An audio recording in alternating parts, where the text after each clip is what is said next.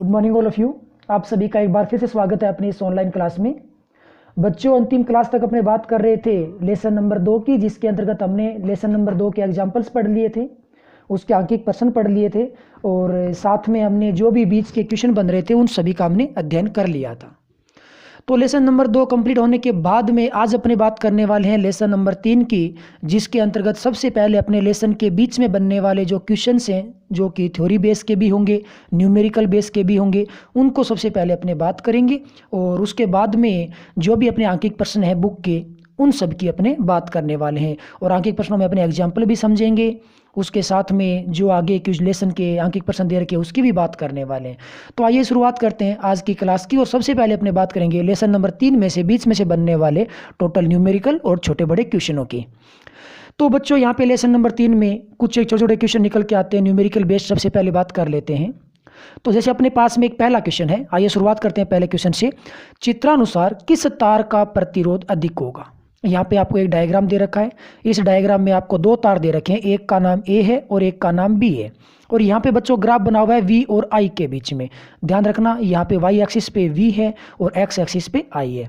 बताना ये है कि किस तार का प्रतिरोध अधिक होगा, यानी कि ये प्रतिरोध आपको बताना है कि किसका ज़्यादा होता है। प्रतिरोध बच्चों कौन से तार का होगा और प्रतिरोध होता क्या है?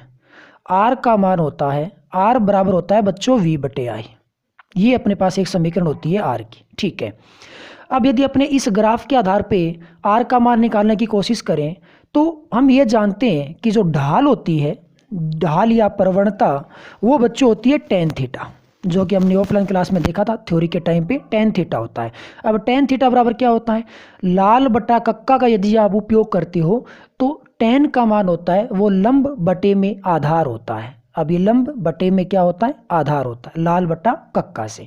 ओके, आप किसी भी एक कंडीशन को पकड़ लीजिए। जैसे आप इस तार बी की बात करते हो तो इसके लिए आप एक ग्राफ बनाने की ऐसे कोशिश करोगे तो कुल मिलाकर के ये सिस्टम आपको दिया हुआ मिलेगा। तो ये जो डिस्टेंस निकल के आती है, जो आपके सामने ये जो दिखाई दे रही है, यहाँ पे मैं एक बार के लिए पॉइंट सी लगा देता हूँ, यहाँ पे मैं पॉइंट डी लगा देता हूँ। तो ये ओ से लेकर के सी तक की ये जो ओ सी दूरी है वो बच्चों वी के ऊपर है, तो ये आपका डेल वी बन जाता है। ओके, इसी प्रकार से ओ से लेकर के जो डी तक की दूरी है वो आई वाली रेखा के ऊपर है, अतः ये मान आपका डेल आई बन जाता है। तो यहाँ से आप टेन थीटा लगाते हो ना, तो यहाँ कुल मिलाकर के बात ये हो गई कि ये आपका थीटा एंगल है, थीटा के सामने अभिलंब होता है, तो यहाँ पे अभिलंब कितना होगा? डेल वी होगा। तो यहाँ से बच्चों बन जाएगा डेल वी और यहाँ इसके बटा में ये क्या आ जाएगा? आधार डेल आई आ जाएगा। ओके, तो ये हो गया वी बटे आई। तो यहाँ पे ये जो टेन थीटा है वो किसके बराबर आया? वो आया आपका डेल वी बटे डेल आई के बराबर। और वी बटे आई को आप क्या कहते हो? आर कहते हो। यानी कि इस केस में जो इस वक्र की ढाल या प्रवणता होती है वो इसका प्रतिरोध कहलाती है। ओके, तो अब प्रतिरोध किसका ज़्यादा होगा, ये अपने पास क्वेश्चन है। प्रतिरोध किसका ज़्यादा होगा? जिसके लिए थीटा का मान ज़्यादा होगा उसी के लिए आर का मान ज़्यादा होगा। तो यहाँ से जब आप गौर से देखते हो ना, तो थीटा 2 बी तार के लिए, थीटा 1 ए तार के लिए, और यहाँ से आप क्लियर देख सकते हो कि ए तार के लिए थीटा 1 है वो ज़्यादा है। यानी कि कुल मिलाकर के कंडीशन ये है कि थीटा 1 ज़्यादा है और थीटा 2 का मान कम है, तो theta 1 is greater than theta 2 होगा। और जिसके लिए थीटा का मान ज़्यादा होगा उसके लिए प्रतिरोध का मान भी ज़्यादा होगा।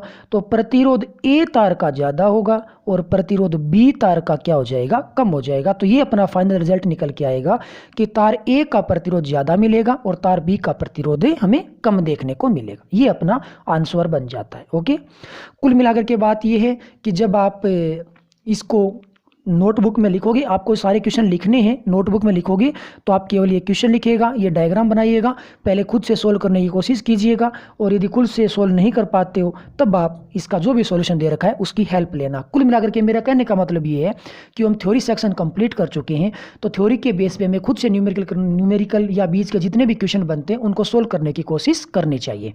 तो ये अपने पास पहला क्वेश्चन हो गया। आइए बात करते हैं सेकंड क्वेश्चन की। बहुत अच्छा क्वेश्चन है। यदि चालक तार की लंबाई को दोगुना कर दिया जाए, चालक तार की लंबाई थी भाई एल, प्रारंभ में लंबाई कितनी थी? एल। अब नई लंबाई कितनी बना दी भाई? प्रारंभिक लंबाई का 2 गुना यानी कि 2L बना दी। ठीक है, अनुप्रस्थ काट क्षेत्रफल को आधा कर दिया। पहले मान लो अनुप्रस्थ काट क्षेत्रफल ए था, अब नया कितना हो गया? ए बटे 2 हो गया, ए बटे 2 लिख दिया।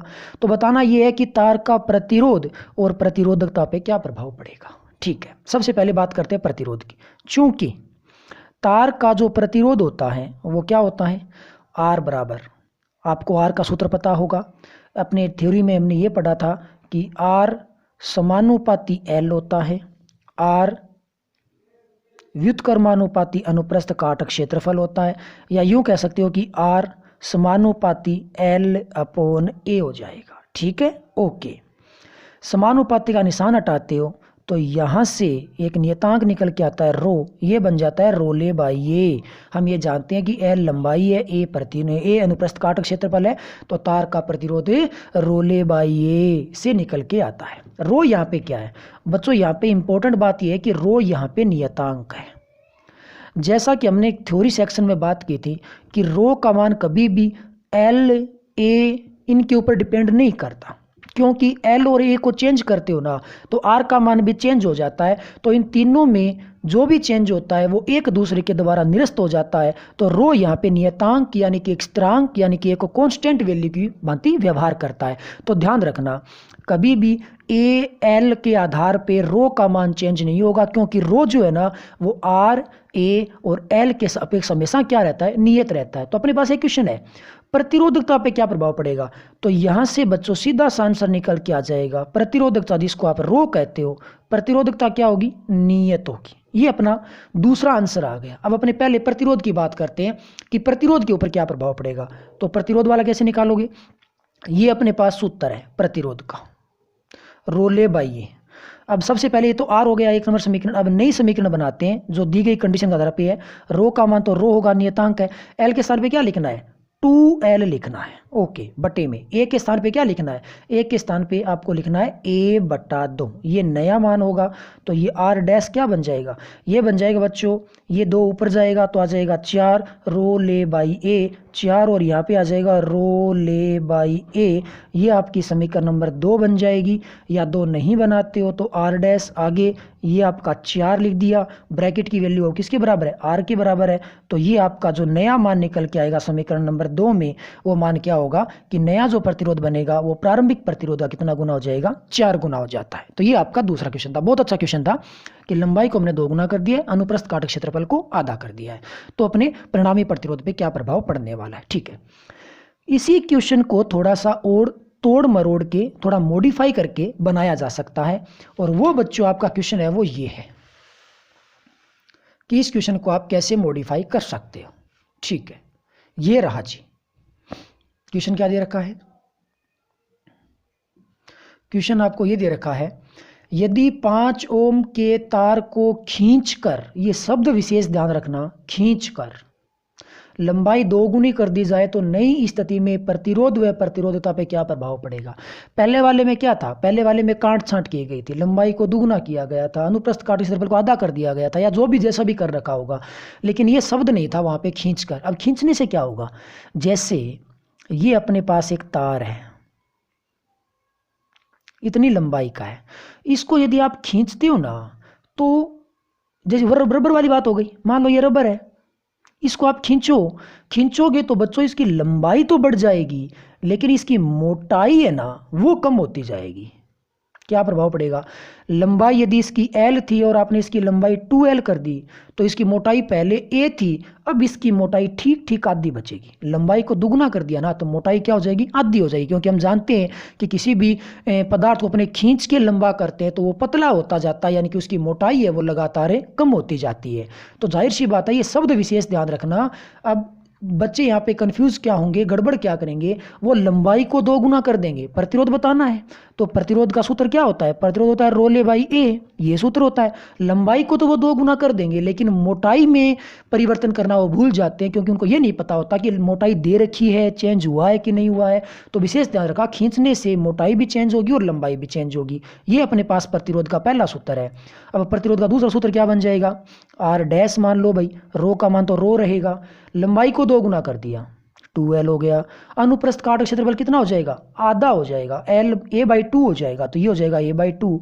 तो यहाँ से r डैश का जो नया मान है वो क्या बन जाएगा, वो बन जाएगा ये 2 ऊपर चला जाएगा, ये आ जाएगा 2 गुना 2 और ये बन जाएगा रो ले बाई ए। और रो ले बाई ए किसका सूत्र है, आर का सूत्र है। तो आर डैश बराबर क्या हो जाएगा 4r, यानी कि प्रतिरोध है वो कितना गुना हो गया बच्चों, 4 गुना हो गया। ये अपना आंसर आ जाएगा। तो हमने प्रतिरोध भी ज्ञात कर लिया। अब हमें देखना है प्रतिरोधकता। प्रतिरोधकता एक नियतांक होता है किसके सापेक्ष में, प्रतिरोध, लंबाई और अनुप्रस्थ काट क्षेत्रफल के सापेक्ष। तो यहाँ पे जो रो का मान है वो क्या रहेगा, नियत रहेगा। तो यहाँ पे ये क्वेश्चन करवाने का सिर्फ औचित्य इतना ही था कि ये शब्द आता है कि खींच करके आप कम ज़्यादा कर रहे हो मोटाई या लंबाई जो भी है उसके सापेक्ष आपके जो दूसरी राशि है लंबाई और मोटाई ये दोनों एक साथ चेंज होती है। ओके, आइए अब बात कर लेते हैं नेक्स्ट क्वेश्चन की। तो नेक्स्ट क्वेश्चन अपने पास होगा चित्रानुसार परिपथ का परिणामी प्रतिरोध ज्ञात करो। ये आपके सामने एक डायग्राम बना हुआ है, एक स्ट्रक्चर बना हुआ है, इसका हमें प्रतिरोध ज्ञात करना है। बच्चों इस प्रकार के क्वेश्चन धारिता को लेकर के भी आ सकते हैं कि आपको 3-4 संधारित्र दे दिए गए होंगे, उसके लिए आपको परिणामी धारिता ज्ञात करनी पड़ सकती है। और यहाँ पे अपने पास क्वेश्चन है वो प्रतिरोध का है, तो परिणामी प्रतिरोध ज्ञात करना है, साथ में आपको परिणामी धारा भी ज्ञात करनी है। दोनों क्वेश्चन आपको यहाँ से ज्ञात करने पड़ेंगे। तो आप क्या करोगे, सबसे पहले आप इसमें ये देखो कि कौन से प्रतिरोध है वो श्रेणी क्रम में और कौन से समांतर क्रम में। जब आप देखोगे तो 2 ओम, 3 ओम और 4 ओम, ये 3 प्रतिरोध है ना, इनमें से 2 ओम और 3 ओम श्रेणी क्रम में है। तो यहाँ से क्या लिखोगे, चूंकि 2 ओम व 3 ओम के जो प्रतिरोध है ना वो कौन से क्रम में है, वो श्रेणी क्रम में है। और श्रेणी क्रम में प्रतिरोध कैसे निकलता है, इन दोनों का परिणामी प्रतिरोध मान लो भाई, श्रेणी क्रम में मान ऐसे निकलता है R1 प्लस R2। तो R डैश बराबर क्या बन जाएगा, 2 ओम हो जाएगा प्लस 3 ओम हो जाएगा, बराबर कितना हो जाएगा जी, 5 ओम हो जाएगा। यानी कि इन दोनों का जो परिणामी प्रतिरोध है वो कितना निकल के आएगा, 5 ओम निकल के आएगा। अब इन दोनों के स्थान पे आपने एक प्रतिरोध लगा दिया, वो ये हो गया जिसका मान कितना है, 5 ओम है। अब ये जो प्रतिरोध आपका लगा है और एक 4 ओम का प्रतिरोध है, ये दोनों कौन से क्रम में आ गए, ये समांतर क्रम में आ गए। तो यहाँ से क्या लिखोगे, चूंकि एक तो आपके पास है 4 ओम का प्रतिरोध और दूसरा कौन सा था, R डैश, जो इनका परिणामी था, कौन से क्रम में है, समांतर क्रम में है। ठीक है, तो समांतर क्रम में परिणामी प्रतिरोध कैसे निकलता है, परिणामी प्रतिरोध 1/R से निकलेगा, 1/R1 कह सकते हो। R1 के स्थान पे यहाँ पे ये बनेगा जो आपका मान कितना दे रहा है, 5 दे रहा है, प्लस 1/R2, R2 का मान आप 4 मान लोगे। तो ये अपने पास क्वेश्चन हो गया। ठीक है, तो यहाँ से आप 1/R का मान निकालोगे तो लघुत्तम आ जाएगा 5 और 4 का एलसीएम 20 आ गया, तो ये बन जाएगा 4 + 5 और R बराबर कितना आ जाएगा 20, उल्टा कर दिया मैंने इसको, और बट्टे में 9, ये आपका परिणामी प्रतिरोध निकल के आ जाएगा पूरे परिपथ का, ये आपका फाइनल आंसर हो जाएगा। ठीक है, ये तो परिणामी प्रतिरोध की बात हो गई। हमें परिणामी धारा और ज्ञात करनी है। परिणामी धारा I बराबर होता है V/R। परिणामी धारा बोले तो परिणामी धारा बराबर परिणामी वोल्टता और परिणामी प्रतिरोध। यहाँ पे एक बैटरी लगी हुई है 6 वोल्टेज की, तो इस बैटरी का मान 6 वोल्टेज है, तो पूरे परिपथ का जो मान होगा वो भी आपका 6 वोल्टेज ही होने वाला है। तो इन सभी प्रतिरोधों की कुल वोल्टता कितनी है, 6 है, यानी कि परिपथ की वोल्टता कितनी है, 6 है। और परिपथ का कुल प्रतिरोध कितना है, कुल प्रतिरोध ये रहा 20/9 है। तो V का मान आपको दे रखा है 6 और प्रतिरोध का मान कितना है 20 है, और ये ऊपर चला गया 9 और ये कितना हो गया, काट सकते हो आप इसको, आप 2 से काट तो 3/10 हो जाएगा। तो ये बन जाएगा आपका 27/10, बोले तो 2.7 एम्पियर। ये आपका फाइनल धारा का मान निकल के आ जाएगा। ठीक है, तो प्रतिरोध कितना आया 20/9 और धारा का मान कितना आ गया 2.7 एम्पियर यहाँ से निकल के आ चुका है। ओके, तो ये तो अपने बात हो गई न्यूमेरिकल्स की। अब अपने कुछ क्वेश्चन की बात करते हैं कि भाई कुछ किस प्रकार के क्वेश्चन आपको देखने को मिल सकते हैं। तो बच्चों अपने सामने कुछ क्वेश्चन है वो इस प्रकार से हैं, जैसे आपको ये पता रखना है कि धारा घनत्व एक सदिश राशि होती है या अदिश राशि। धारा घनत्व एक सदिश राशि होती है, इसका विमीय सूत्र आपको निकाल लेना है। ठीक है, ये जितने भी क्वेश्चन हैं वो अपने सारे नोट्स में कर रखे हैं, लेकिन बीच में से क्वेश्चन किस प्रकार से उठते हैं उसकी अपने बात कर रहे हैं। ठीक है, ओके, आगे चलते हैं। जैसे ये क्वेश्चन अपने हाफ ईयरली में आ गया था, बाह्य विद्युत क्षेत्र की अनुपस्थिति में अपवहन वेग का मान कितना होता है। अपवहन वेग बच्चों होता कब है, जैसे अपने पास ये कोई चालक पदार्थ है, इस चालक पदार्थ में कुछ एक इलेक्ट्रॉन है। अपवहन वेग उत्पन्न कब होगा, जब ये सारे के सारे इलेक्ट्रॉन एक निश्चित दिशा में गति करना शुरू कर देंगे तो अपवहन वेग उत्पन्न हो जाएगा। लेकिन जब ये अनियमित या यादृच्छिक गति करेंगे, अनियमित दिशा में गति करेंगे, तो इनका अपवहन वेग कितना होगा? 0 होगा। तो इनका अपवहन वेग कब उत्पन्न होगा? इनका अपवहन वेग तभी उत्पन्न हो सकता है जब आप इसको एक निश्चित विद्युत क्षेत्र में रख देते हो, यानी कि बाह्य विद्युत क्षेत्र में रखोगे ना तो ही इसका अपवहन वेग उत्पन्न होगा। बाह्य विद्युत क्षेत्र में नहीं रखते हो, बाह्य विद्युत क्षेत्र आपका अनुपस्थित है, उस केस में अपवहन वेग उत्पन्न नहीं होता। तो उस केस में अपवहन वेग यानी कि ड्रिफ्ट वेलोसिटी Vd का मान है वो कितना बनेगा? 0 मीटर प्रति सेकंड बन जाएगा। ओके, तो ये इसका आंसर आएगा 0 मीटर प्रति सेकंड। और बाह्य विद्युत क्षेत्र की उपस्थिति होगी यानी प्रेजेंट होगा इलेक्ट्रिक फील्ड, उस केस में इसका अपवहन वेग बन जाता है और ये अपवहन वेग आपका Vd बन जाता है। ठीक, ओके, नेक्स्ट क्वेश्चन पे चलते हैं। चालक पदार्थों के लिए प्रतिरोधकता व ताप के मध्य वक्र बनाइए। चालक पदार्थों के वक्र अपने नोटबुक में बने पड़े हैं। 2 वक्र हैं, निम्न ताप के लिए या यूं कह लो सामान्य ताप के लिए और उच्च ताप के लिए, दोनों ही वक्र बच्चों आपको बनाने हैं। ये अपनी नोटबुक से देख के आप बनाओगे। मेरा कहने का मतलब इस प्रकार क्वेश्चन एग्जाम में बहुत सारे आते हैं, इस बार 1-1 नंबर के क्वेश्चन ज़्यादा आने वाले हैं, तो ऐसे क्वेश्चन आने की प्रबल संभावना रहती है। तो ये जो भी वक्र है आपको देखना है। आगे नेक्स्ट दिया हुआ है, चित्रानुसार दिए गए कार्बन प्रतिरोध की प्रतिरोधकता ज्ञात करो। आपको प्रतिरोधकता बतानी है जी। यहाँ से प्रतिरोधकता पूछा गया है, हो सकता है प्रतिरोध पूछ ले, अपने हाफ ईयरली में प्रतिरोध पूछा गया था और मोस्टली प्रतिरोधकता पूछा जाता है मेन एग्जाम के लिए। तो आपको चाहे प्रतिरोधकता पूछे या प्रतिरोध पूछे, दोनों का ही मान आपको पता होना चाहिए। ये अपना एक कार्बन प्रतिरोध है। पहला कोड पीला, दूसरा बैंगनी, तीसरा भूरा और चौथा स्वर्ण। इन चारों के ही आपको प्रतिरोध बताने हैं। आपको डिजिट याद होने चाहिए, चारों के डिजिट बताओ, उसके आधार पे आप प्रतिरोध डिफाइन कर दोगे। पीला बच्चों 4 नंबर पे आता है, बैंगनी का क्रम 7 होता है, भूरे का क्रम 1 होता है, तो 10 की घात 1 लग गया। और यहाँ पे अब देखने वाली बात ये है, यहाँ पे दे रखा है ओम इंटू मीटर। यदि प्रतिरोधकता पूछा गया तो मात्रक यहाँ पे आएगा ओम इंटू मीटर। यदि यहाँ से प्रतिरोध पूछा जाता है तो प्रतिरोध का मात्रक क्या रहेगा? ओम रहेगा। तो ये विशेष रूप से ध्यान रखना, स्पेशली बोल रहा हूँ मैं आपको कि प्रतिरोधकता पूछा जाता है तो यहाँ पे ओम इंटू मीटर लगाना है, क्योंकि प्रतिरोधकता का मात्रक ओम इंटू मीटर होता है। और प्रतिरोध यदि आपसे पूछा जाता है तो यहाँ से आप क्या लगाओगे? ओम प्रतिरोध लगाओगे। तो अपने हाफ ईयरली में अर्धवार्षिक परीक्षा में प्रतिरोध पूछा गया था, अतः यहाँ पे हमें ओम लगाना था। और हो सकता है मेन एग्जाम में प्रतिरोधकता पूछ लिया जाए, अतः यहाँ पे आप ओम इंटू मीटर लगाओगे। एक और गलती आप क्या करते हो, कुछ बच्चे क्या करते हैं कि ये जो स्वर्ण का कोड होता है 5% का, ±5% का, वो बच्चे यहाँ पे जोड़ते हैं।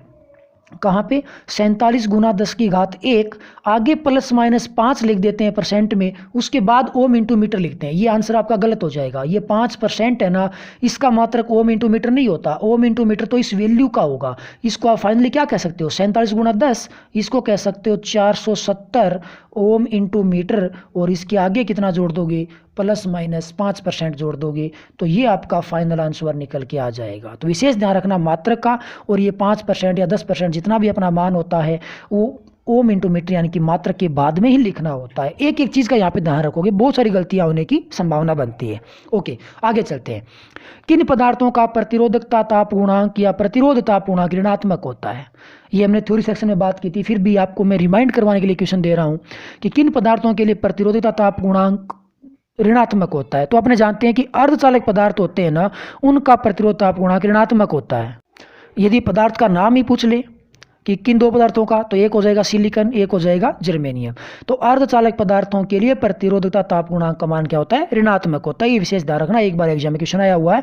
तो अर्धचालक पदार्थ, अब बच्चों यहाँ पे कंफ्यूजन क्या होगा? सीधा ये पूछेगा कि किन पदार्थों का, तो वो अर्धचालक पदार्थ भी हो सकता है या फिर हो सकता है वो सामने वाला आपसे सिलिकॉन या जर्मेनियम के बारे में पूछ रहा हो। तो मैं बेटर राय आपको ये दूंगा कि यहाँ से क्वेश्चन कोई भी आए, सिर्फ इतना बोल दे कि पदार्थों का, किन पदार्थों का प्रतिरोधकता ताप गुणांक ऋणात्मक होता है। तो आप ये दोनों चीज़ें लिखोगे, अर्धचालक पदार्थ भी नाम लिखोगे और ब्रैकेट में जोड़ देना सिलिकॉन और जर्मेनियम। तो किसी भी प्रकार का क्वेश्चन सामने वाला पूछना चाहता हो, उन दोनों का आंसर उसको मिल जाएगा। हो सकता है सामने वाला अर्धचालक पदार्थ में संतुष्ट हो जाए, या हो सकता है कि वो पदार्थ के नाम ही पूछ ले, एक सिलिकॉन है और एक जर्मेनियम है, तो आप अर्धचालक पदार्थ का नाम भी लिखोगे और उसके जो एग्जाम्पल्स होते हैं सिलिकॉन और जर्मेनियम, इनके नाम भी आपको साथ में लिख देने। तो ये आपका कंप्लीट क्वेश्चन हो जाएगा, नंबर कटने की संभावना 0 हो जाएगी। Okay, next. विभव मापी तार की लंबाई अधिक क्यों रखी जाती है? हम देखते हैं कि मीटर सेतु होता है ना, उसके अंदर तार है वो 1 मीटर लंबाई का होता है, लेकिन विभव मापी में तार जो होता है वो सामान्यतः 10 मीटर का होता है, यानी कि 5 से 10 के बीच में कितना भी हो सकता है, लेकिन 10 मीटर लंबाई का मोस्टली रखा जाता है। तो तार अधिक लंबाई का क्यों रखा जाता है? इसके पीछे कोई कारण होगा क्यों रखा जाता है लंबाई का? सुग्राह्यता बढ़ाने के लिए। क्या करने के लिए? सुग्राह्यता बढ़ाने के लिए। तार की लंबाई अधिक रखी जाती है। क्यों? क्योंकि विभवमापी तार की लंबाई को बढ़ाओगे ना तो विभव प्रवणता का मान कम हो जाएगा, जिससे सुग्रहता का मान क्या होता है? बढ़ जाता है। नेक्स्ट, विभव मापी का प्रभावी प्रतिरोध कितना होता है? बहुत अच्छा क्वेश्चन है। विभव मापी हम ये जानते हैं कि जब काम करता है तो वो जीरो धारा लेता है। जीरो धारा लेता है ना, तो V बराबर क्या होता है? V बराबर होता है I into R. I into R, तो यहाँ से R का मान क्या बनेगा? R बनेगा V बट्टे आर का मान क्या बनेगा? V बट्टे आई बन जाएगा। तो ये जीरो धारा लेगा, यानी कि I का मान जीरो है, तो V में जीरो का भाग लगाओगे बच्चों, मान कितना आएगा? इन्फिनिटी निकल के आएगा। कहने का मतलब विभव मापी जो होता है वो एक ऐसी युक्ति होती है जिसका प्रभावी प्रतिरोध कितना होता है जी? अनंत होता है। इसका आंसर क्या बन जाएगा? अनंत। तो ध्यान रखना, विभव मापी अनंत प्रतिरोध वाले वोल्टमीटर की भांति कार्य करता है, यानी कि इसका प्रभावी प्रतिरोध कितना रहेगा?